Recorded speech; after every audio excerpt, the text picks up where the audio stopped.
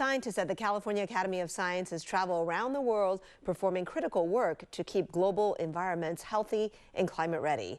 But in some startling cases, creatures from those environments unexpectedly come to them, landing right here in the Bay Area. And as ABC7's Dion Lim learns, that's when the work begins. So we're offering tilapia and earthworms today. It's dinner time for some hungry young fish about to hit a monster growth spurt. The specimens, called arapaima, were plucked out of the Amazon in Peru and illegally imported into the U.S.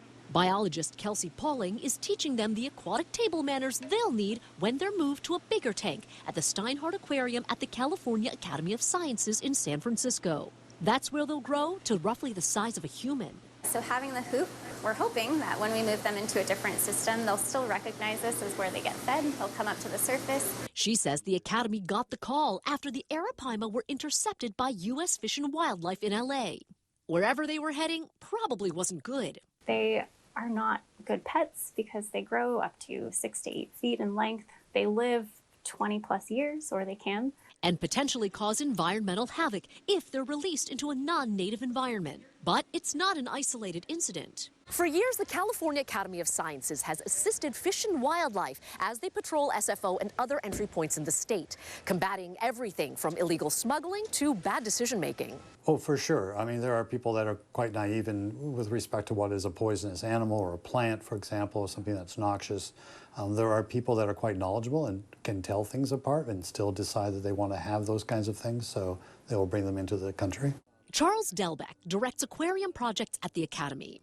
He says their biologists routinely identify protected exotic corals, illegally poached from the aquarium trade. This reptile exhibit is home to a Gila monster, hiding in the background between the similar beaded lizards. They're venomous, and they will bite and they will not let go, and they slowly pump the venom into you as they do that.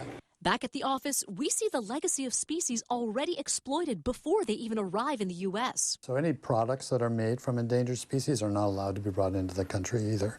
Everything from snake skins to seahorses to crocodiles. The crocodilian skull that was brought in. This one actually has a strong odor to it, probably because of the way it's been coated with something, so that's why it's in this jar. The Academy takes in many of the confiscated animals and works with zoos and aquariums around the country to help find homes for the rest. The work can be as rewarding as it is unusual, even in the case of a soon-to-be giant predator. We also really try to focus on not only animals surviving, but also thriving, because they can't go back into their native habitats. In San Francisco, Dion Lim, ABC7 News. And researchers say occasionally an animal will be too large for them to handle in their current exhibits and will need to go to another facility. That includes a live crocodile seized from a car in a parking lot in Sacramento.